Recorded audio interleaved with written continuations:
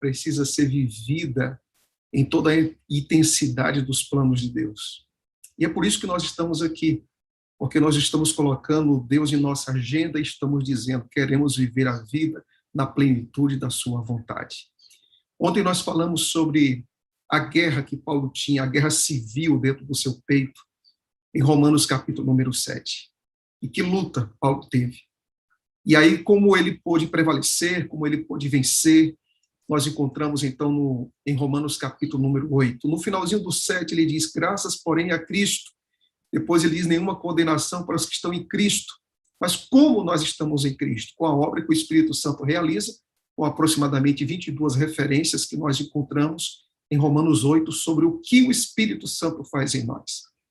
Agora eu quero convidá-los a abrir suas Bíblias no livro de Gálatas. E no livro de Gálatas, nós vamos agora ver um ponto muito importante. Primeiro, em Romanos 7 e 8, a luta do cristão e a obra do Espírito Santo. Agora aqui, em Gálatas, capítulo número 5, nós vamos ver a obra que o Espírito Santo faz em nós e como isso se expressa, como isso se traduz em nosso dia a dia. Porque lembre-se de uma coisa, toda teologia, ela precisa expressar-se de maneira prática. Ela precisa permear a vida, os relacionamentos, o nosso modo de viver em casa, o nosso modo de viver no trabalho, precisa se expressar da maneira que nós cuidamos de nós mesmos. Então, para que você saiba um pouco do que está acontecendo aqui em Gálatas, você vai perceber uma coisa.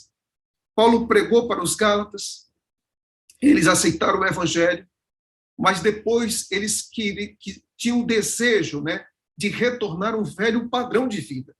Eles foram extremamente afetados pelas leis cerimoniais e, mesmo aceitando a Cristo, eles também queriam praticar a circuncisão.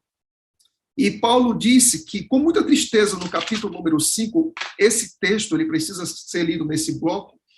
Paulo diz no capítulo 5, versículo número 1, para a liberdade foi que Cristo nos libertou, permanecei, pois, firmes, e não vos submeteis de novo a jugo da escravidão. E Paulo claramente diz o seguinte, se vocês retornarem à circuncisão, às práticas que já foram superadas, porque em Cristo isso não tem mais sentido, vocês estarão sendo escravos de um jugo que Deus já libertou vocês. Então, o que eles estavam entendendo do que era o Evangelho? É que a lei, e essa lei cerimonial, não deveria apenas ser praticada, mas também eles deveriam ainda continuar acreditando em Cristo. É como se fosse o seguinte, é Cristo e essa lei que nos salva. Então, Paulo vai fazer um discurso muito duro. No versículo número 2, ele diz, eu, Paulo, vos digo que se vos deixar de circundar, Cristo de nada vos aproveitará.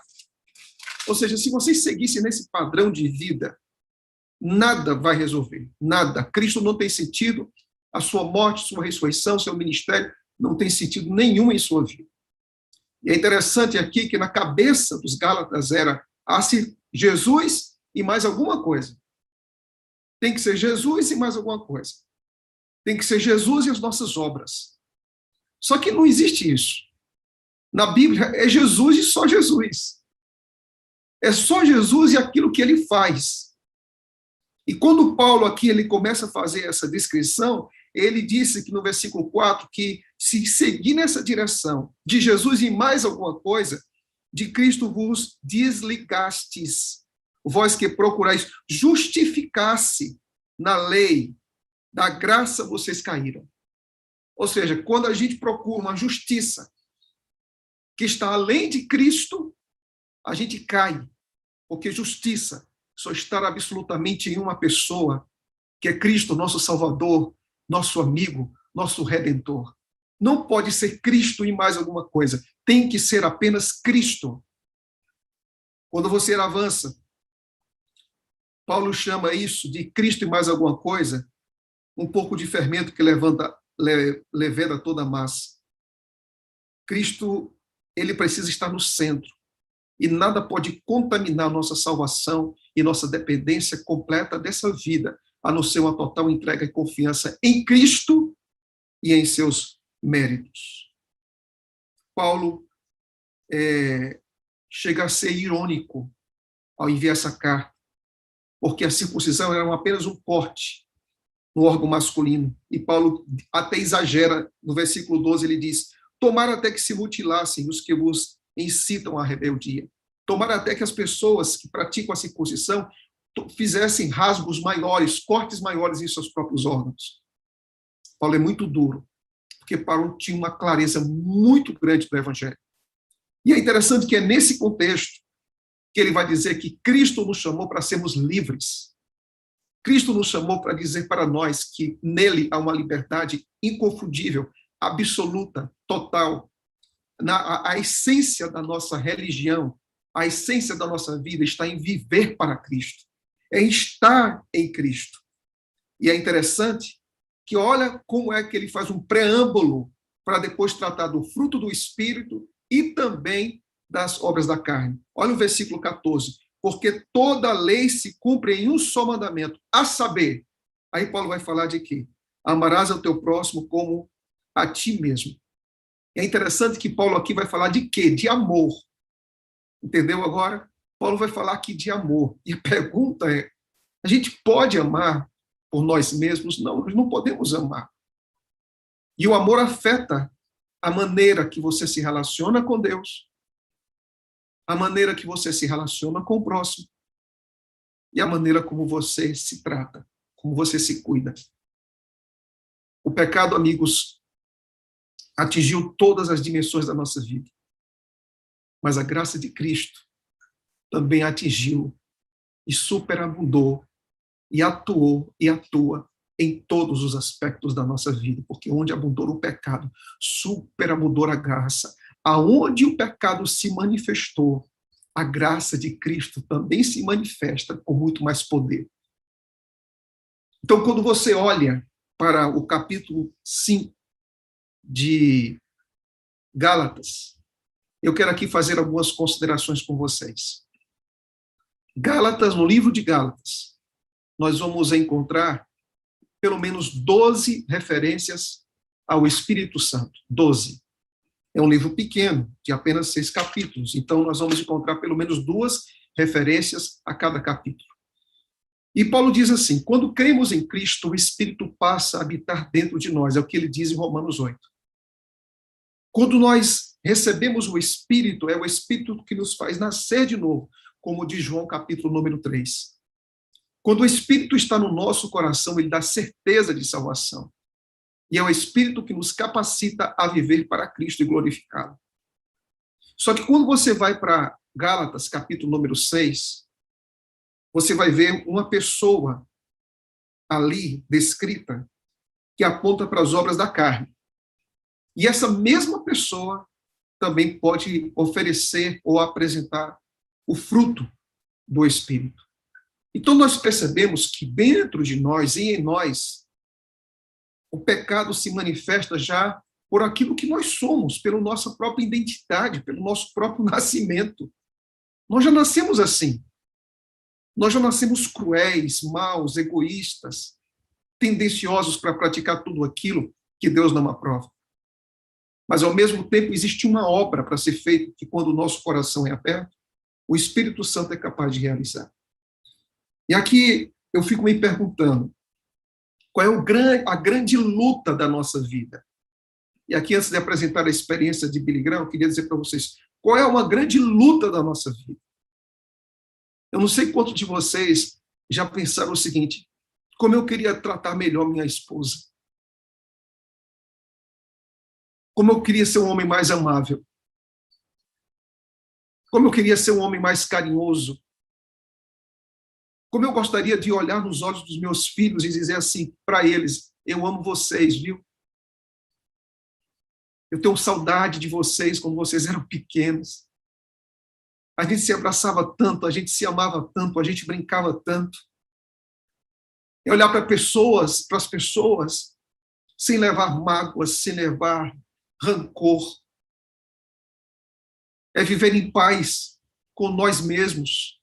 E aí vem a pergunta, qual é a grande luta que nós temos na vida que nos impede de viver uma vida mais feliz e mais plena? Qual é o grande inimigo da nossa vida? O que nos ameaça mais da nossa vida como cristão? Billy Graham foi um dia, aos 99 anos, ele foi entrevistado por Larry Carey. E quando ele foi entrevistado por um dos mais famosos jornalistas americanos, foi perguntado para ele o seguinte: Billy Graham, você já passou por uma experiência na sua vida em que você teve que lutar contra o seu maior pecado? E Billy Graham, ele disse, sim, eu tive uma experiência, aliás, tive várias experiências. E aí, então, ele perguntou, e qual é o maior pecado que você luta, Billy Graham? E essa entrevista estava sendo ao vivo para mais de 40 milhões de telespectadores. Qual é a maior luta que você tem na vida, Billy Graham? E antes de você responder essa pergunta, tem uma outra pergunta. Nessa sua tentação, você já caiu nela algumas vezes? E Billy Graham respondeu o seguinte, olha, a minha maior luta é confiar em mim mesmo. É com tudo aquilo que eu já consegui na vida, a confiar completamente em mim mesmo. E eu quero dizer que muitas vezes eu já comecei o dia e já terminei o dia confiando mais em mim e mais em Deus. Meu maior inimigo sou eu mesmo. E muitas vezes eu tenho sido vencido por mim mesmo. Amigos queridos, nossa maior luta, a maior luta de Lucas não está fora de Lucas. A maior luta de Fátima, de Neuci, de Cícero, de Vanessa, de Ejanira, do Fernando, do Paulo, do Wagner, do Marcos, não está fora dele. As maiores batalhas da vida estão acontecendo aqui dentro de nós, onde sempre, sempre aquela tendência da carne ou a obra, ou fruto, perdão, do Espírito, ou obras da carne ou fruto do Espírito. A maior luta que nós temos na vida é uma luta contra nós mesmos. Nós mesmos, essa é a grande luta que nós temos. E se você olhar para o seu espelho, diante do seu espelho, você vai ver muitas vezes, mas muitas vezes, que seu inimigo está diante de você. É interessante que, pensando nisso, nós vamos ver que as obras da carne, elas se manifestam em nós de forma muito clara para demonstrar isso. E a pergunta é, quando nós olhamos, pastor, para Gálatas capítulo número 5, o que nós podemos enxergar nas obras da carne? Primeiro, as obras da carne, ela vai trabalhar em algumas categorias da nossa natureza. Em primeiro lugar, as obras da carne atingem os pecados sexuais. Ela constrói os pecados sexuais. E é por isso que Paulo diz em Gálatas 5:19, ora, as obras da carne são conhecidas e são prostituição, impureza e lascívia. Em primeiro lugar, a tendência dessa forma em que a obra da carne aparece é com o uso que nós fazemos de forma ilícita do nosso corpo. E aqui envolve muitas coisas. O sexo ilícito, o adultério, a prostituição, a masturbação, o sexo com pessoas do mesmo sexo, as tendências que nós alimentamos dentro do nosso coração e tudo aquilo que as fantasias eróticas podem prevalecer. Paulo está dizendo que nós podemos ter aquilo que não é uma coisa que a gente vai produzir, é a coisa que já temos em nós. Nunca nós nos tornamos, alguém certa vez disse que nós estamos voltando para o reavivamento das obras dos gregos, das obras dos romanos, porque a natureza humana não mudou. A natureza humana, com o passar do tempo, ela piora, ela não melhora. E aqui nós vivemos uma época de exposição do corpo. E que a pessoa hoje, No passado era um cinema, no passado era uma TV, uma revista. Hoje, no celular, você pode até mesmo pesquisar qualquer coisa que te leve à prostituição, à lascívia e à impureza. E eu não sei quem é você. Eu não sei quais são as lutas que você tem em relação a isso. Eu não sei o que tem sido colocado na sua mente. Eu não sei o que tem sido colocado dentro dos seus olhos. Eu não sei como é que você tem lidado com as emoções da vida ao ponto de desaguar por uma experiência sexual que não edifica você, que gera culpa em você, que gera medo em você, que gera tristeza em você.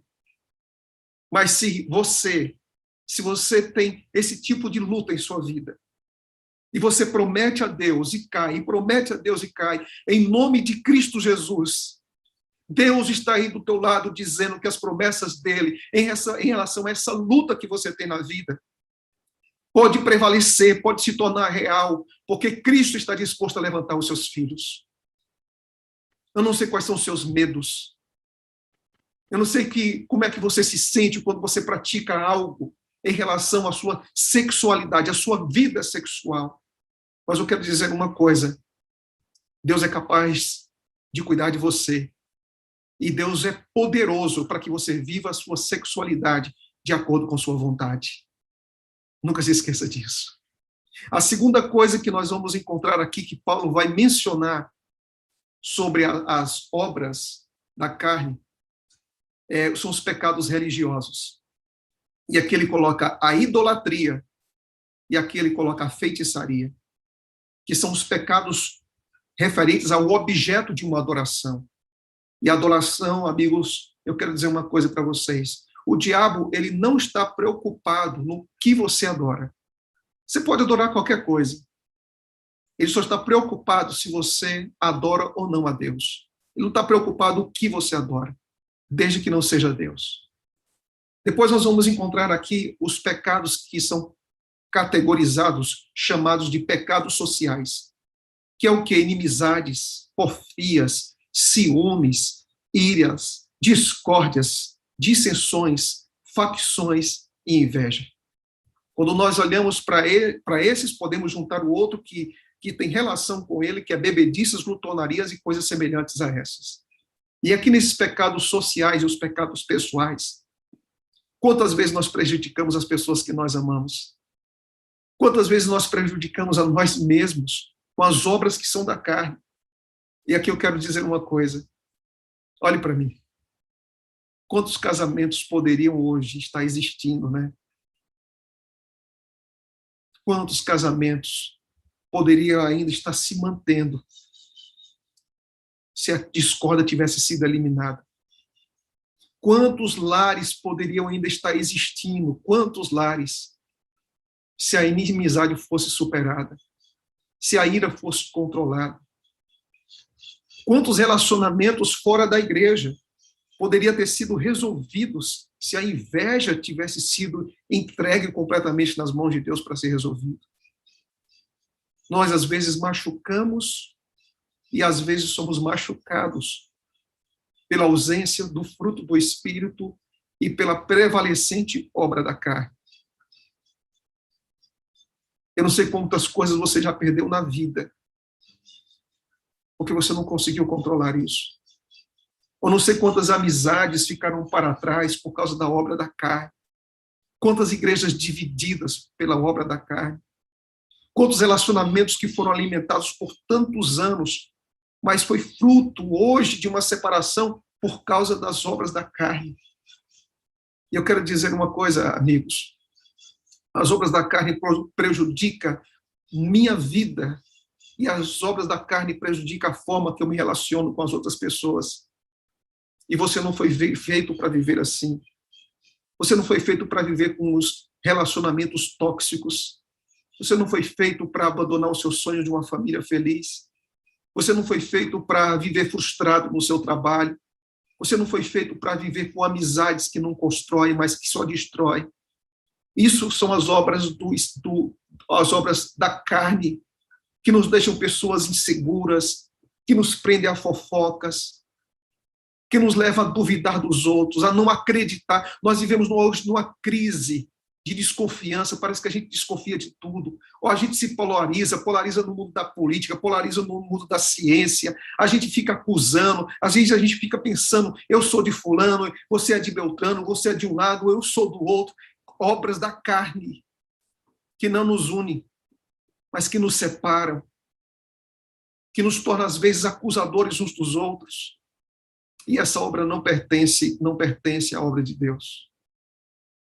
Como a obra da carne é aquilo que a gente já produz por natureza. A gente não precisa fazer nenhum esforço para ter todas essas características que são apresentadas aqui. Nenhum esforço. Nenhum esforço. E aqui Paulo chega ao ponto de dizer o seguinte, que nós podemos nos prejudicar. As obras da carne, elas são tão terríveis que nós também prejudicamos a nós mesmos. Nós carregamos em nossos corpos as obras da carne, o envelhecimento precoce, doenças mentais, doenças emocionais, tudo isso porque aqui dentro tem coisas que não estão ajustadas.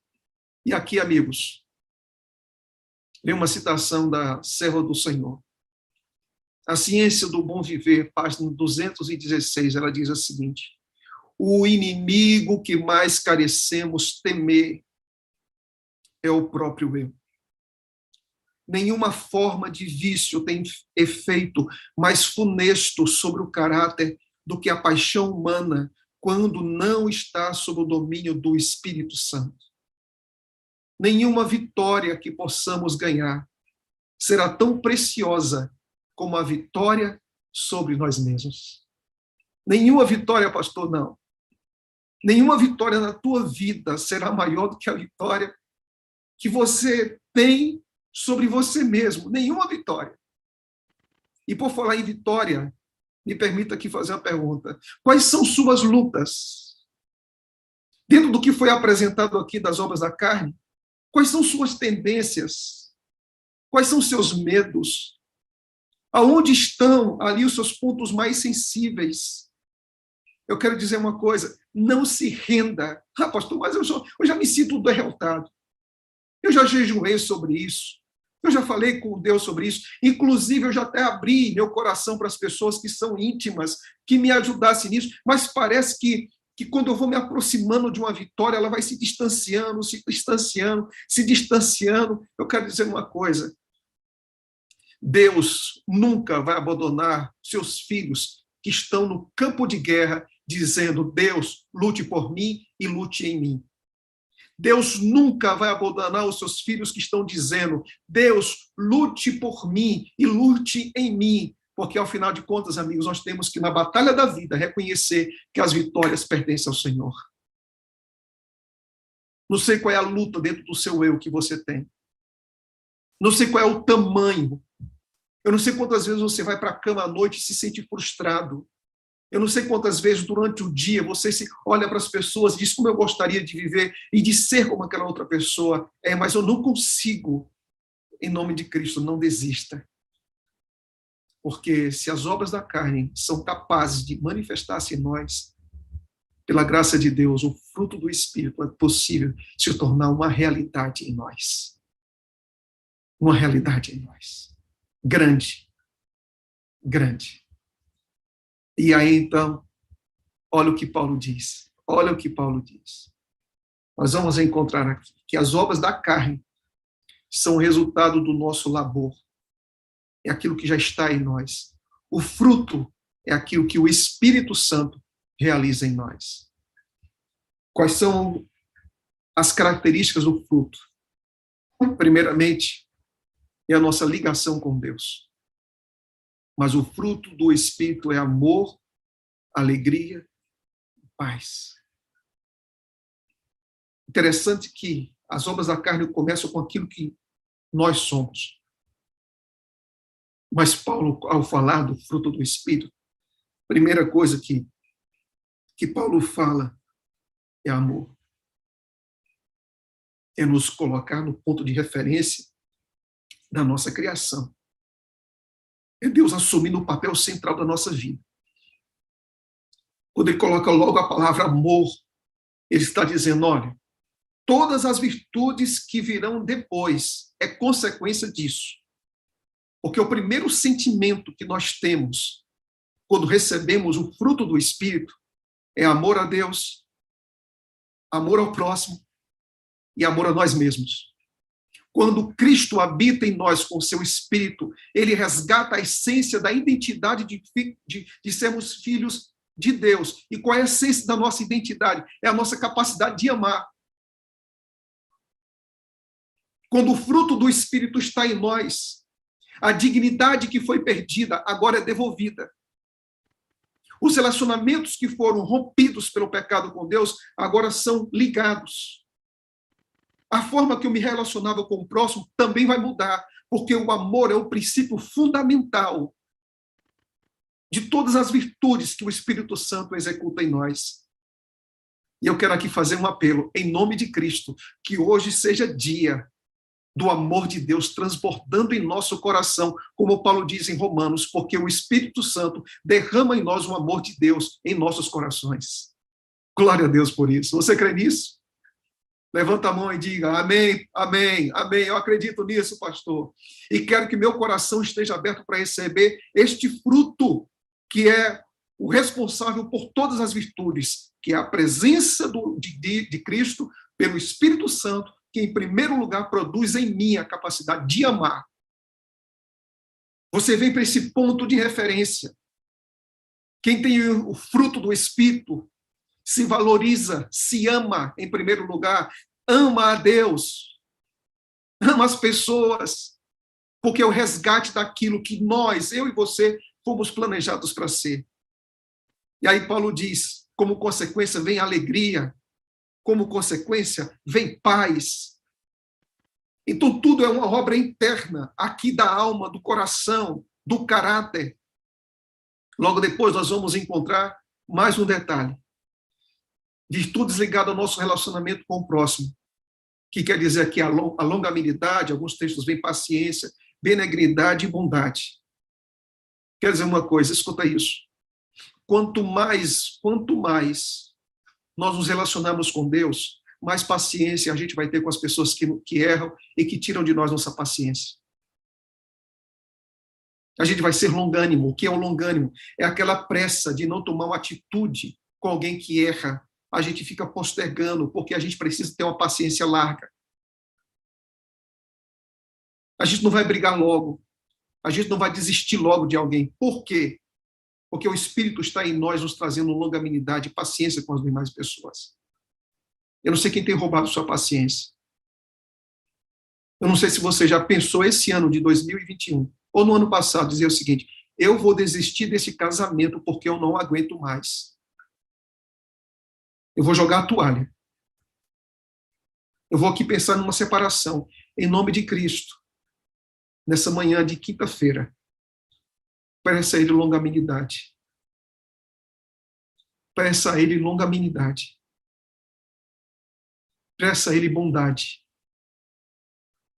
Peça a Ele paciência, para que o seu casamento reflita aquilo que Deus planejou lá atrás.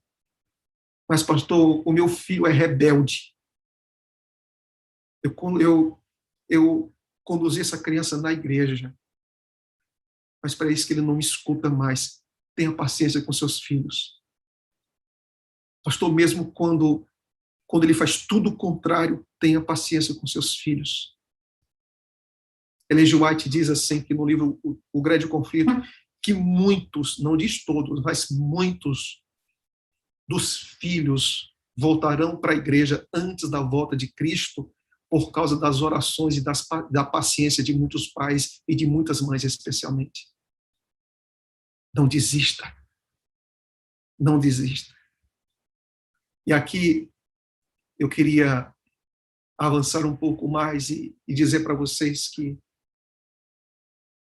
nós temos as virtudes ligadas a nós mesmos, que é fidelidade, é mansidão, é domínio próprio. E contra essas coisas, amigos, não existe lei. Não há lei. Eu não sei se na sua caminhada para o céu, Você diz assim, eu queria tanto me controlar sobre isso. Eu não tenho poder sobre isso. Tem algumas coisas aí, pastor, que o senhor falou, que eu não consigo me controlar. Eu não tenho controle. Escuta uma coisa. Aquilo que você não consegue controlar em sua vida, Deus pode controlar em sua vida. Quais são as lutas que te puxam para baixo? Quantas vezes tem te puxado? Quantas vezes você tem desistido? Quando eu era criança, ali em Picos, no Piauí, na esquina da minha casa tinha uma igreja evangélica.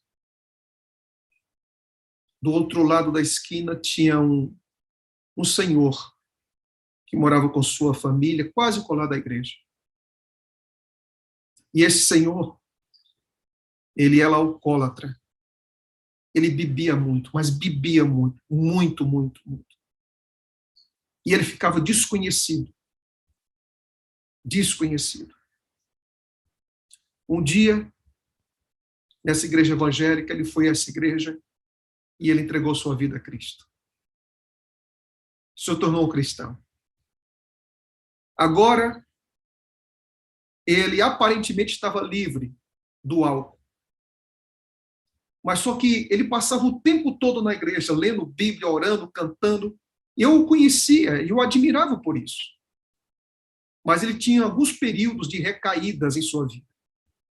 Ele passava 1 ano, 2 anos, mais ou menos, sem cair.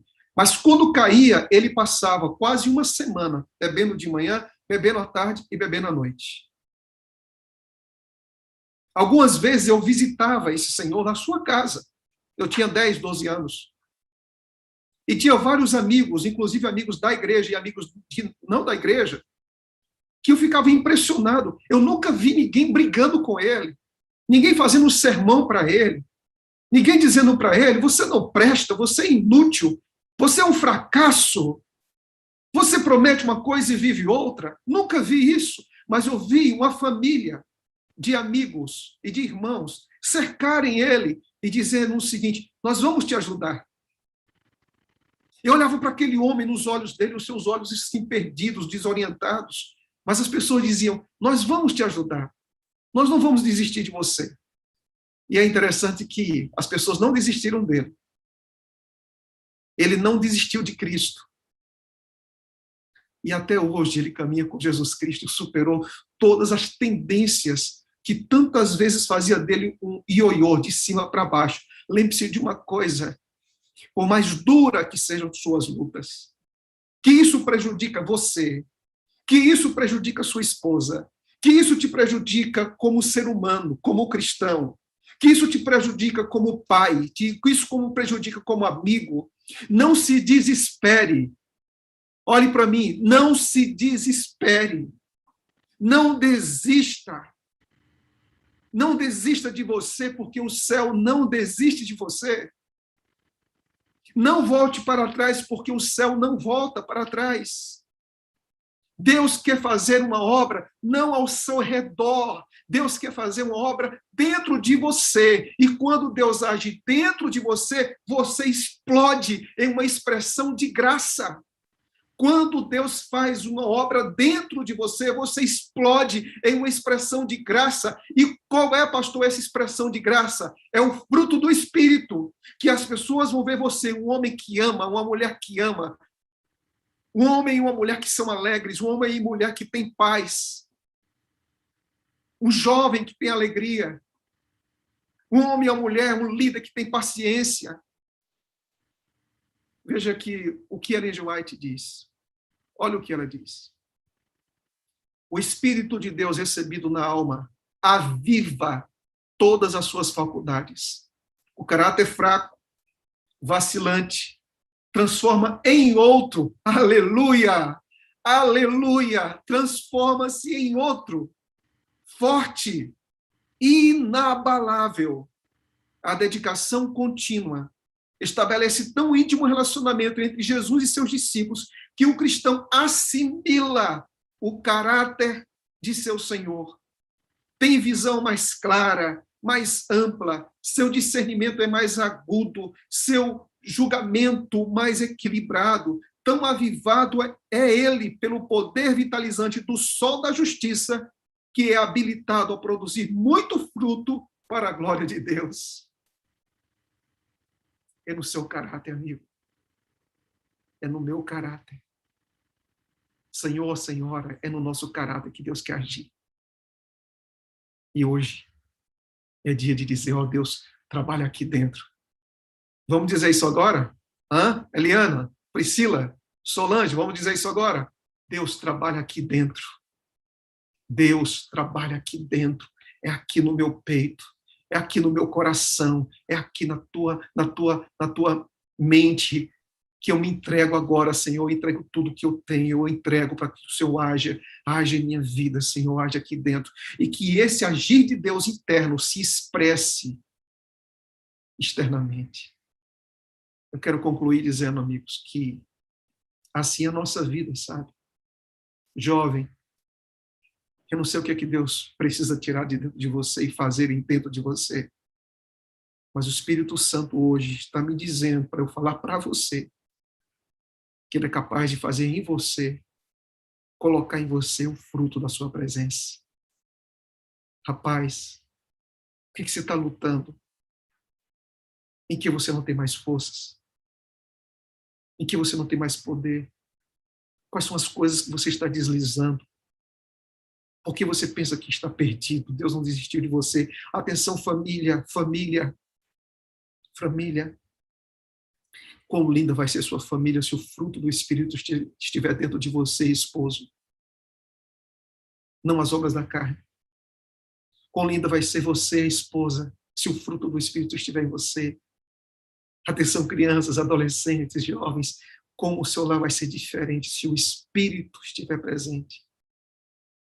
Eu concluo dizendo aqui duas coisas.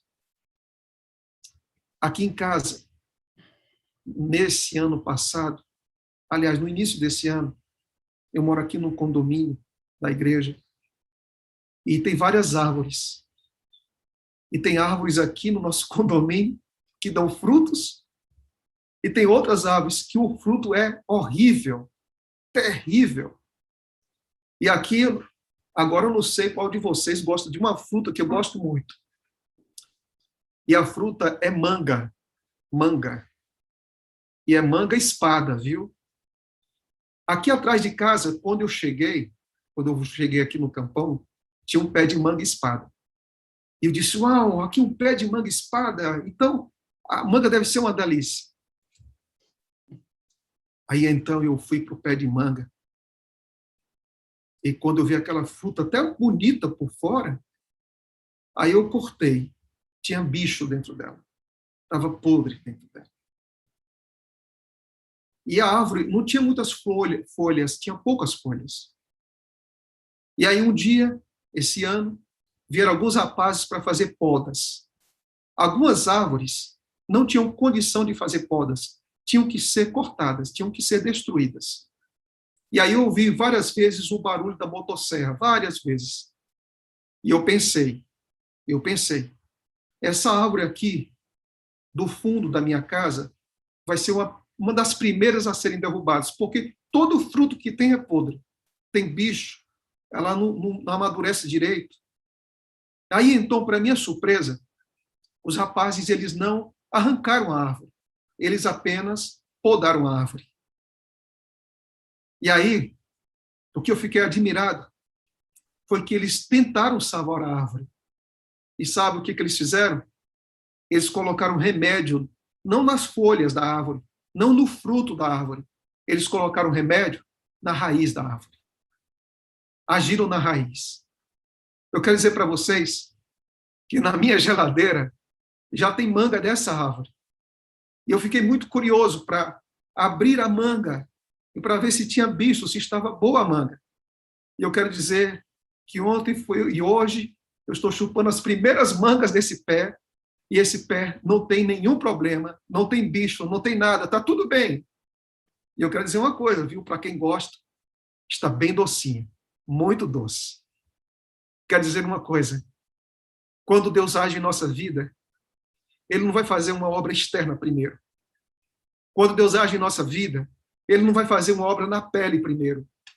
Quando Deus age em nossa vida, ele não vai atingir primeiro a superfície, porque não é da superfície que nós somos transformados.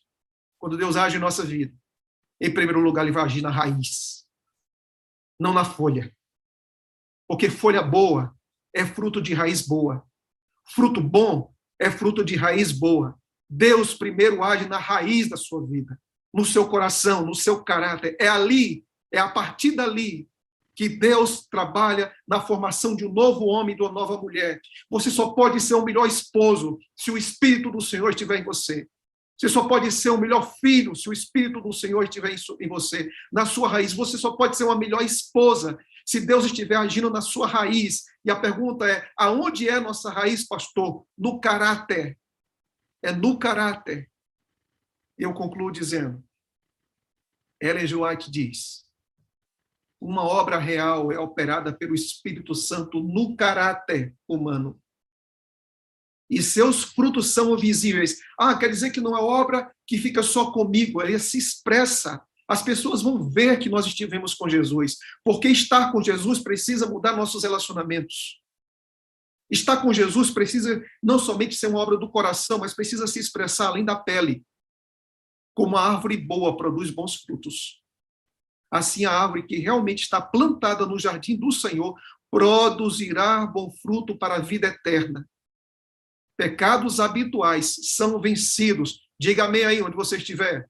Diga amém onde você estiver. Pecados habituais são vencidos. Na mente não são acolhidos maus pensamentos. Maus hábitos são expelidos do templo da alma. As tendências que foram influenciadas numa direção errada voltam-se para a direção certa, glória a Deus. Disposições e sentimentos errados são desarraigados, são arrancados, são tirados. Santo temperamento e emoções santificadas são agora o fruto produzido na árvore cristã. Ocorreu uma transformação completa. Aleluia. Aleluia. Que Cristo haja na raiz da sua vida. Na raiz da sua vida. Que você seja aquela árvore plantada de Salmão, cujas raízes estão ligadas ao ribeiro de água. Que em nome de Cristo Jesus, aquilo que Cristo faz dentro de você se expresse fora de você em amor, bondade, longanimidade, paciência, domínio próprio. E contra essas coisas não existe lei. Tenha um bom dia com Cristo e que a presença do Espírito guie seus passos hoje. Um forte abraço e bênçãos do céu. Pastor Lucas, eu vou soltar uma música aqui para que os nossos amigos reflitam profundamente sobre isso que o senhor acabou de, usado pelo Espírito, nos apresentar aqui.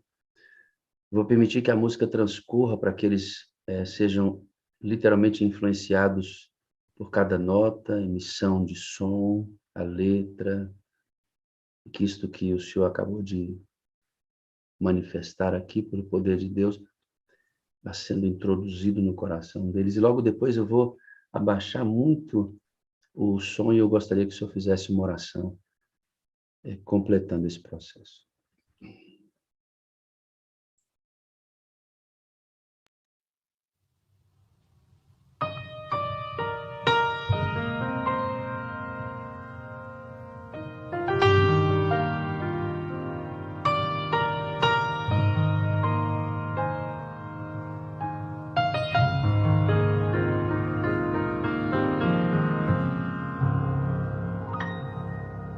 Senhor, tu sabes bem, sondas o meu coração e me conheces. Eu sei que nada sou sem a tua proteção na minha vida. Lava minha alma, cura-me, restaura com águas vivas do teu altar. Sou fraco